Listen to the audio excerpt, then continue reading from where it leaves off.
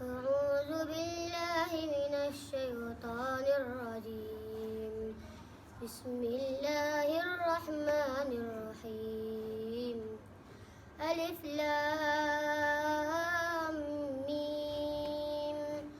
ذلك الكتاب لا ريب فيه هدى للمتقين الذين يؤمنون بالغيب ويقيمون الصلاة ومما رزقناهم ينفقون والذين يؤمنون بما أنزل إليك وما